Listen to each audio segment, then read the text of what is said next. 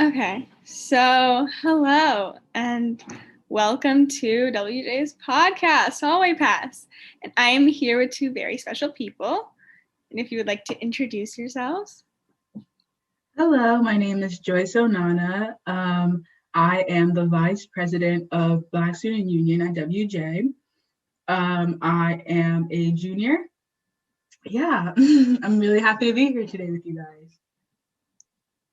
Hi, my name is Tomi Ugunisi. I'm treasurer of the Black Student Union, and I'm also in 11th grade.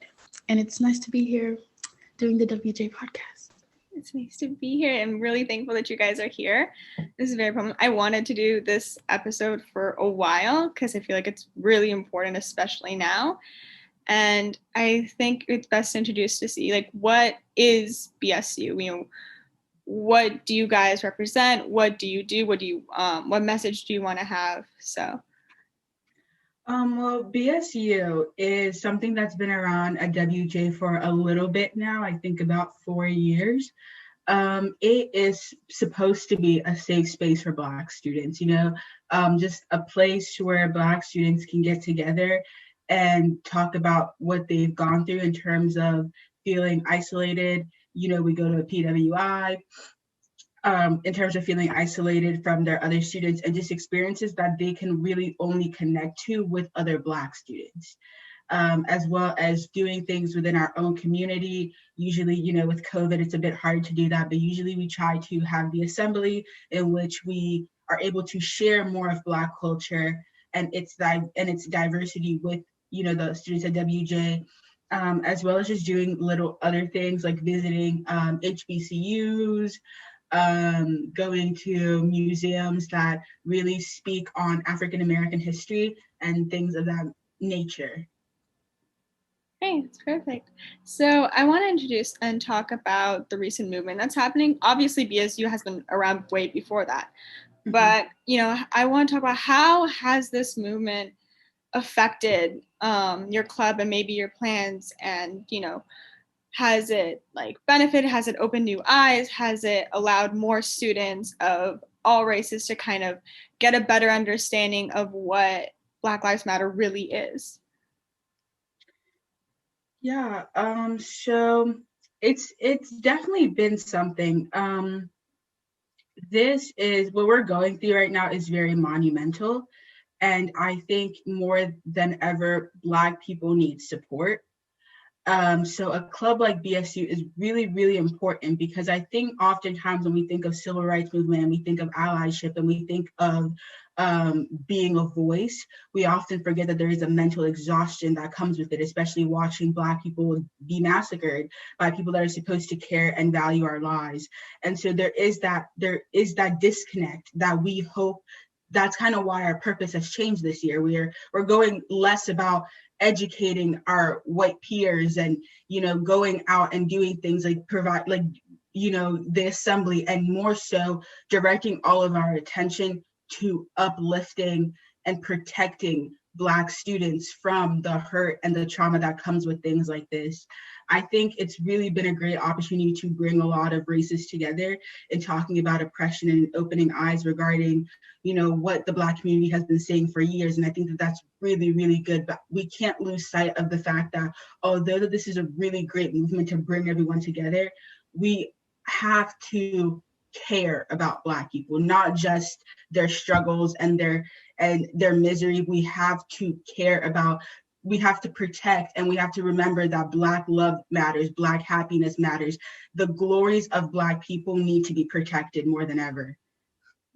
I feel like this is really important because with this movement, I've been seeing a lot of experiences, personal experiences from people within our own community, within our own county and school, which it puts you into a perspective a lot, saying, of course, we know Black Lives Matter is happening all over the country, but to see it within your own community, to hear stories from Black students experiencing racism, even within our own school, it puts you back into reality, saying this is happening now.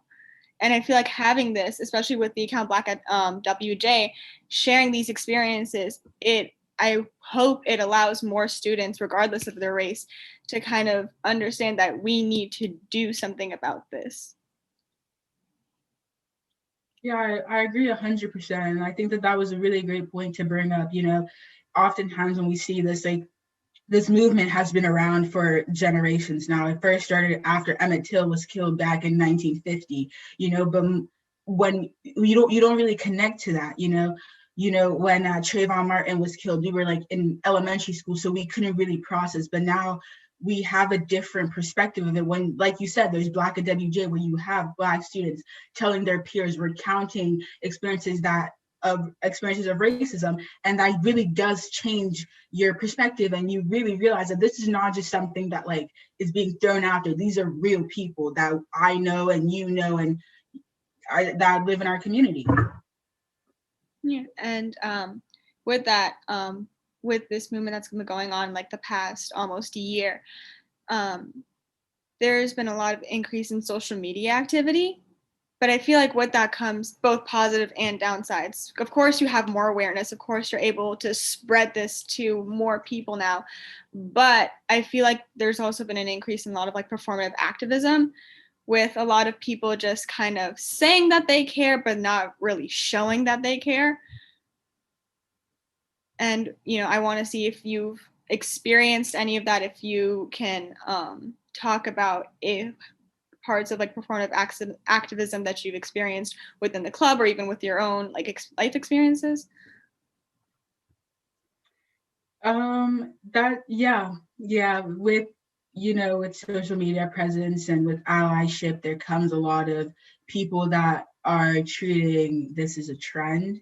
You see a lot of stuff like that's just super just not like, with on Instagram, for example. Something that I've seen that we've talked about as a club that kind of boggles our mind a bit is the cartoony little like things that people post, and it'll be like Hello Kitty, and it'll be like Hello Kitty says ACAB, and I'm like, she's 5, she did not say that.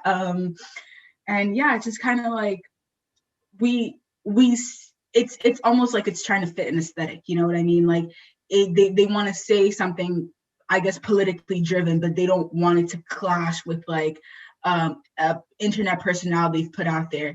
And I think that is really disturbing, because we have to once again look past the movement. Black people have been saying Black Lives Matter for a very, very long time, and we are so thankful for allyship. But I think what needs to be said more is that allyship it needs to come from the heart. You're supporting Black people not because you feel like you have to, and not because they need your support, but because you want to, and because you recognize that you have a place and a standing in socioeconomics and in society that can really benefit and can really add drive to the movement. And it's just really important. And you see things like people trying to be progressive and trying to get more informed about the movement, but they're getting information instead of following and uplifting more Black people on that have these accounts that are dedicated to talking about things like this. They usually follow, like white people, and there's no problem with that, but it's about making sure you give space in all of this. It's a really great opportunity to come together, but you have to give space to the people that are hurting. Yeah. And also with that, there's a lot of like potential for false information, because now we see like on your Instagram, you see a lot of like posts about different issues and different like ways you can help, but not all of them are correct. The majority of people, they see something on like their Explorer page and they're like, oh, this sounds about right, and they post it. But with that, you don't know how much that can hurt more than it can help, because you don't know whether that information is false. People might have the right intent of, spreading information and helping Black voices be heard, but they don't have a source to verify this.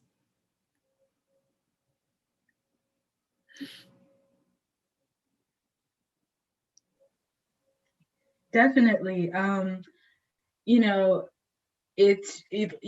you said, spreading a lot of misinformation can really be harmful, because then you once again are just giving these like wrong stories to people. You know, with the Breonna Taylor case, that ended up hurting people more than they realized, with the false information being said about, you know, who shot first or where her position was. And that ended up really damaging the case, because now people couldn't take it seriously anymore, because it was like, well, you guys just saying things to say stuff.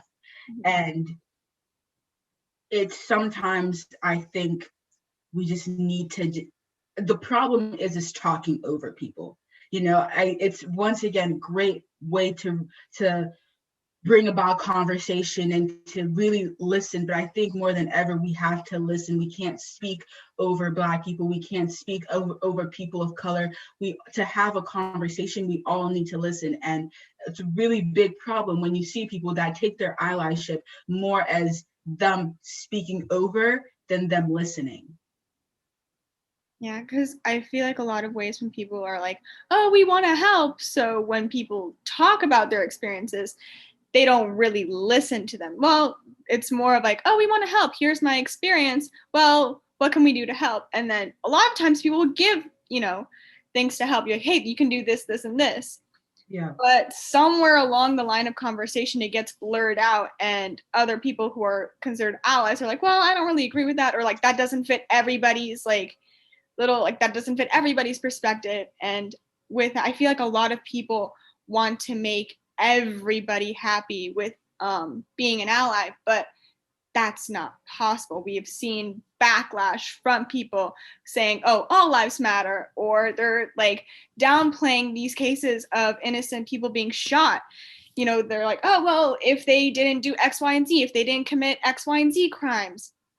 And a great example of this is on Instagram and within our school. I would see my friends and myself, we would post something saying very simple, like, oh, Black Lives Matter, right? But then you would have some random person that would be from your school immediately responding, well, not all lives matter. No, I believe this and this, which those aren't opinions. Those are just wrong. They're downgrading what the entire purpose of this is about. I just want to say that, of course, all lives matter. Every life is precious, but right now, Black people are the people who need the support the most. Black people are the people who need someone behind them to defend them, to help speak out about their cause. Black people right now, they need a way they've been fighting for their rights. They've been saying Black Lives Matter for a really long time, but that's just simply not enough. They need support of everyone to come together to help them fight. And I feel like white people, with their privilege and with their place in society, they could help us much more and help us get what we want and what we deserve. But instead, they're trying to downsize our movement and downsize everything that we believe for, which I just don't think is right. 100%. And because you guys are BSU, you're BSU specific to WJ. So I want to also talk about how has this affected our community itself. Obviously, this has affected the entire world, but we also have to understand that this is a national thing, but it also affects us like internally. So like racism and discrimination within Montgomery County has been there since, I'm sure, a lot of like our elementary school days. It has put us against way back far behind. And, especially depending on what elementary school you went to, or if maybe people went to private schools. But I want to talk about, how have you seen these fallbacks within your own schools that you went to, whether it be from elementary, middle, or even high school, or within Montgomery County itself. And they can be anything. They can be from small microaggressions to hearing racial slurs to being directly discriminated against, or having to face diversity points where there would be programs or clubs accepting people of color, Black people, and not because of, we care about them, but just for diversity points to show that they're not racist, that they're not all white. How have you seen that within your own life? I feel like, oh, sorry. I feel like there's some people in WJ, some black people that just don't want to educate their white or other people of color who aren't black friends. They just don't want to educate them, don't want to tell them what's right and what's wrong, what they can do, what they can't do, what they can say, what they can't say. And it's the same type of people who let their white friends or Hispanic friends or any friend who isn't black say the N-word. And I just don't, I think that they have to realize what they're doing is damaging their community and they need to speak out against it. And also, it's the same black people who would bring down black women and just disrespect. Like it was at the African American History Month Assembly. There were these black men and these men of color making fun of the step team, which was really wrong. Just because, like, if white girls went and did the same thing the black girls did, they'd be praising them. So it's the same energy as just educate yourself on what's right, educate yourself on what's wrong, and try and educate others as well. You don't get, like Tommy said, you don't get like any cool points by bringing down other Black people in order to fit in with the community at WJ. Because what you see a lot with WJ is that, first of all, Montgomery County is a very rich county, you know, and WJ is a very, very affluent school in an affluent neighborhood. So a lot of times the black people you see at WJ are usually affluent. They usually have parents that you know have good careers and they live in nice homes. And oftentimes what you see those types of affluent economically safe Black people do not want to be grouped in with Black people as a whole. And you see that reflected in the way that they address and talk about other Black people. And you don't get cool points for trying to bring down your own community in order to be different. You know, the issue is that Black people come in so many different personalities, so many different backgrounds. It's not what people want to group them into. You can have your own personal experience as a Black person that has a different lifestyle and has not faced certain issues, but that does not mean that you can completely tear down the Black community. And you see this reflected a lot at Black at WJ with the DMs they get from Black people, usually oftentimes Black men, either invalidating their experiences or just telling them that the Black at WJ page does nothing to benefit Black people. And that is hurtful to the community because we don't all have to face the same experiences in order to be valid. People have different experiences and that's okay. You don't need to completely shame people for not having the experiences you had. Yeah. And like I 100% agree with this. And with Black IWJ, I think it would be the purpose is a wonderful account to have different people have their experiences validated because of course, no person is the same. No one's going to have the exact same experience. They might, but you know, they're all different in every ways. But having those experiences be valid and even having non-Black people talk about what they what they overheard or what they observed through racism, whether it be other non-Black people saying the N-word casually, or you would hear a lot of people fetishize about dating Black men and women. But with the backlash, it just demeans the entire thing. And what I've observed is that our Montgomery County itself and our school and our staff haven't really done much to help with this. Of course, students, we're the voices of, the county, but we can't enforce rules. We don't have the power to write down. We have the power to say, hey, this is what needs to happen. But we need people of higher power, such as principals, such as Montgomery County staff members, to enforce these, but we haven't had any action done. I think it starts by realizing very casually that anti-Blackness is very, very deep. Mm-hmm. It's not just like, oh, we don't like Black people. It's about systems that are put in place to hold back Black people from succeeding. Clubs like MSP were created because of the opportunity and achievement gap that they saw in the community. the way that Black kids were not in as many AP classes as white kids, not because they weren't smarter, but because you saw that there was a big socioeconomic gap and they weren't able to do things like afford taking the test, etc. We have to start by having, it's really disappointing, first of all, to see that we haven't had our principal and other really high members of Montgomery County publicly come out and denounce racism. That's the first thing. It's the easiest thing to do, is to denounce racism. No, you can go. So I would hear, so you would obviously like on Instagram and you would have both your club and other students talk about this and amplify their voices. But I haven't received a single email, a single notification from our principal or even any part of Montgomery County, because this is also a very much county issue, saying, like, trying to denounce racism or trying to even like acknowledge it, that it exists. It's very much brushed under the rug. And what I feel like is happening, they're like, oh, the students are taking care of it, we'll be fine.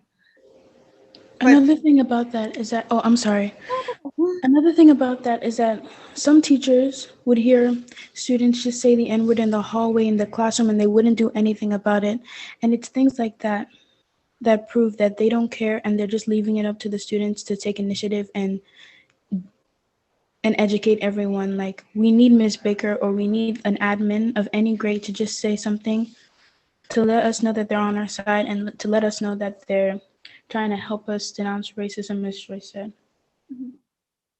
You know, and speaking on to that, at the Black at WJ page, there has been a lot of teachers at WJ, not just students, a lot of teachers that have been exposed for being racist, for being blatantly racist, for having racist ideology that they promote to students.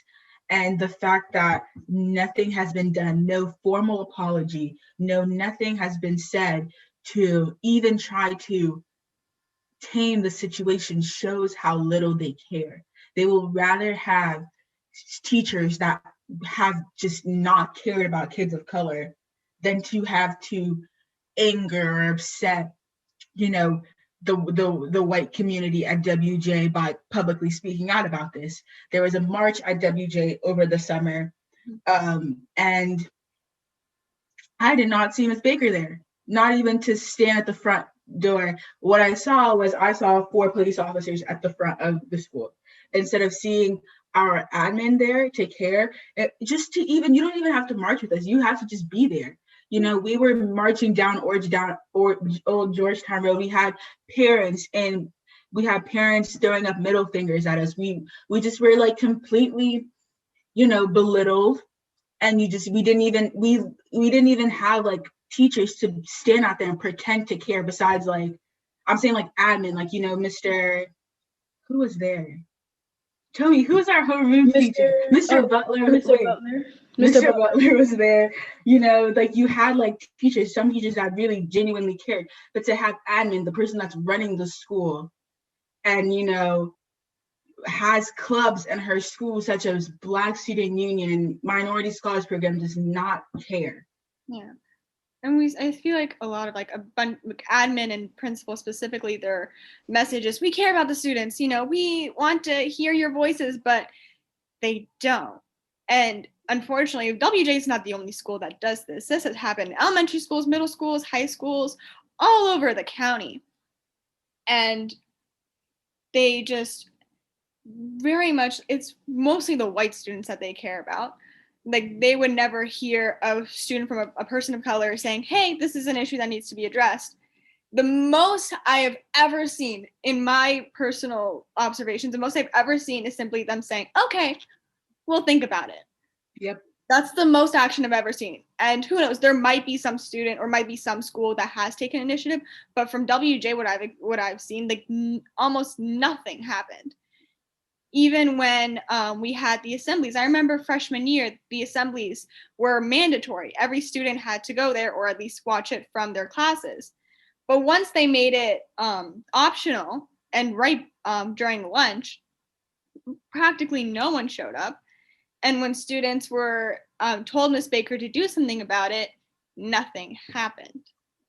Yeah, we had that same issue with her last year. You know, our assembly, so was the.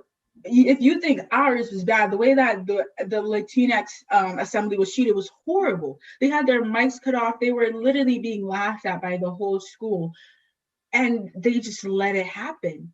You know, our assembly was like, what? She told us that we have 30 minutes. The bell rang, and everybody just up and left. And And we weren't even finished with the assembly when everybody left. yep. And it was just we have things that we're not allowed to talk about during the assembly, you know, things that Some make parts of the assembly we had to cut out because we didn't have enough time.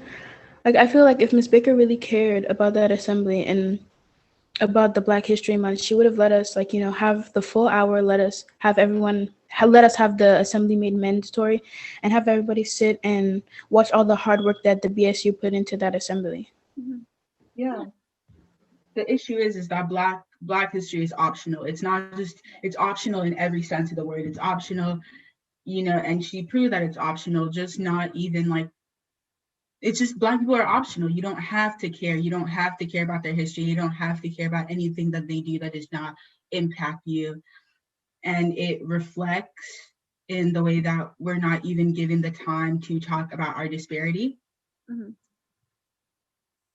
Yeah, I think like with this, like this is not just like for us as students now, but like if nothing happens, this is going to happen for students who are going to be in high school, who are going to thinking about being in an assembly, who want to show these issues and celebrate their culture, but they can't. Yeah. And if they have the option to, then it's not going to be treated the same as everybody else. There's also a huge problem, just like once again with the actual school stuff, with the academics. Black kids are not put in AP classes, are not given the opportunity to join AP classes, and a lot of counselors don't discourage kids from applying to HBCUs. They discourage kids from applying to HBCUs, and they discourage Black kids from applying to better schools because they're just like, you're not going to get in.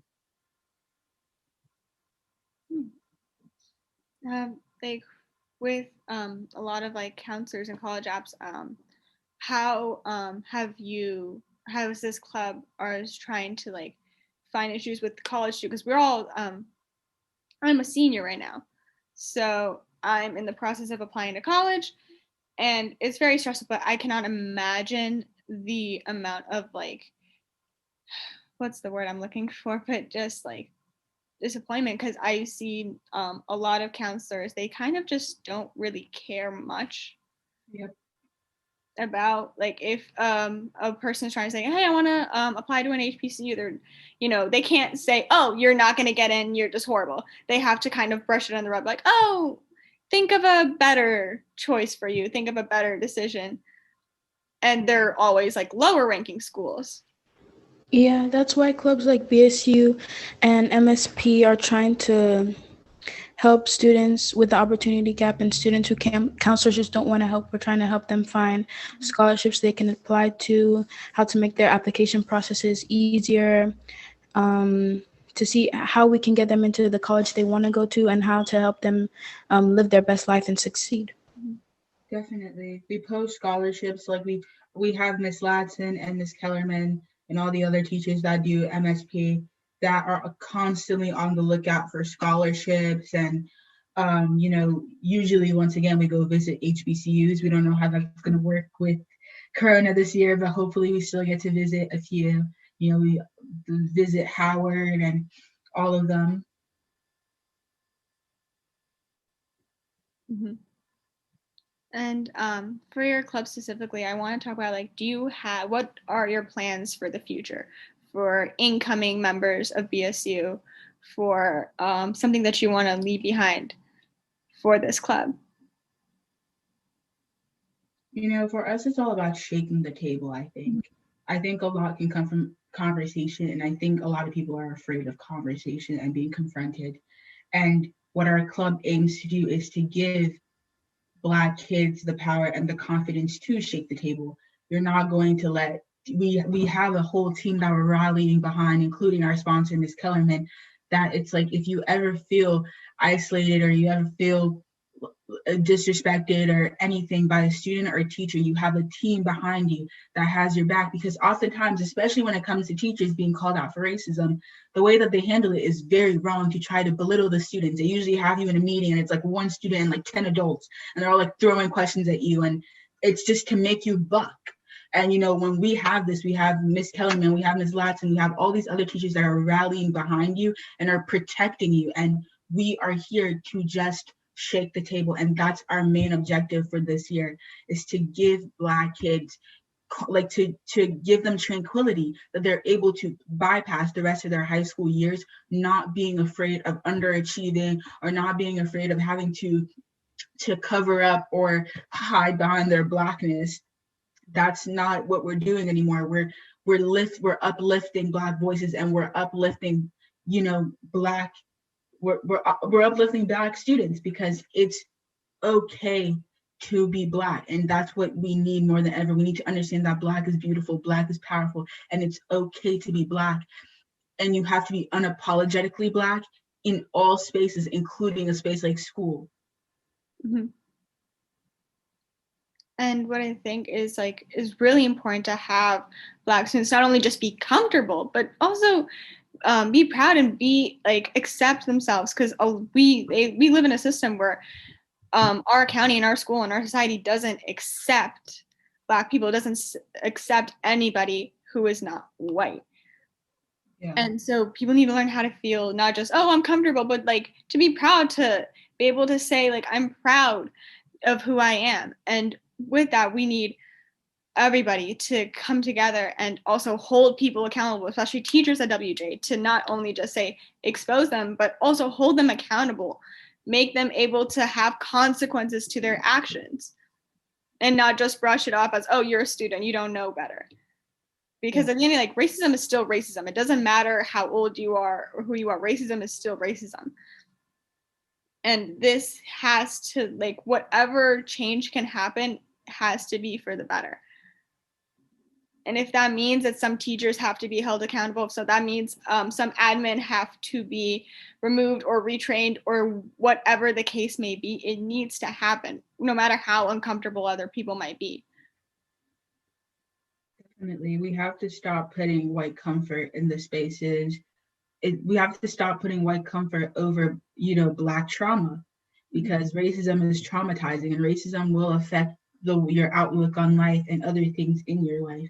And it's very, very traumatizing. And it, once again, then it continues the cycle of white supremacy and generational trauma. And so it has to stop. You have to have it stop. Mm-hmm. I understand that for some adults it may be uncomfortable to talk about all the experiences that Black students have had. It might be uncomfortable for them, but they need to get over that fact so that they can do better as a community and better themselves as administration, to create a better and safer environment for their Black students. Because of course we need to educate ourselves, obviously, but also with that education, use what you've learned to do something, whether it be to amplify your Black voices, to talk to administration, to talk to those in power and force them to make a change. At this point, education isn't enough. Just knowing is not enough to do anything. You have to use everything that you've learned, everything, and continue to learn more, continue to be educated, and not just look on an Instagram page oh, okay, racism is bad, great. But also talk to your Black friends, talk to Black students, talk to people who know about the issue, who've experienced this, who have to face this, and unfortunately at one point had to have a lesson to understand that this is something that's going to happen for the rest of your life. It doesn't just stop once you graduate from high school. I agree 100%. At this point, it's education can only do so much. It's about going out there and starting to implement change. You can understand that racism is bad, but how have you benefited from systemic racism in the past? How can you stop benefiting from systemic racism? How can you give room to other Black students to be heard?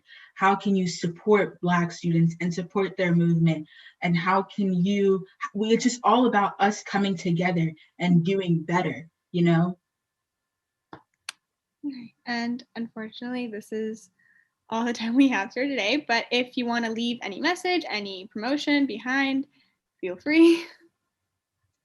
Join BSU. We have a lot of fun. We usually meet on Tuesdays at 2:45. Our Instagram is WJ_BSU. Let's hope I got that right. But thank you so much for having us here today. It's really important to just continue this movement and continue the momentum. Any bit of recognition and, support is really appreciated. It's just about continuing to come together as a community. And I also want to say thank you for giving us your time. And I also want to say join MSP. Our Instagram is WJHSMSP. We meet every Thursday around 3 o'clock, maybe a little earlier, maybe a little later. And we always post when we're going to meet in our Google Classroom code on our Instagram, so everyone should go check it out. You got MSP and BSU. Thank you so much. Thank you.